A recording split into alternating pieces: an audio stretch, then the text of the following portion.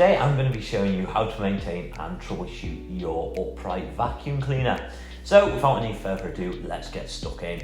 Okay, so the first thing you want to do is make sure your vacuum cleaner is unplugged so it won't switch on while we're troubleshooting the machine. So the first and most common issue with machines is that they get a blockage in the hose or the pipe. So often vacuum cleaners will block at the smallest end, which tends to be able to be unclippable so you can access them. So you can see we've got some tissue paper clogging this machine up. Now there's many ways to test if your vacuum cleaner hose is blocked if you can't see anything, and that can be disconnecting it at both ends and dropping something like a 20p piece or a bottle cap down it, and if it doesn't come out the other side, you know there's a blockage in the middle.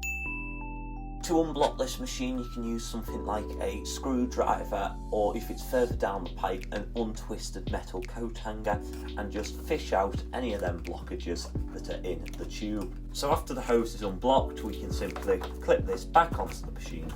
Okay, so a really common cause of vacuum cleaner not picking up is a tangled brush bar, and they can add wear to the belt and strain on the bearings. I'm going to use the Pikk-It today to clean this fur off the brush roll.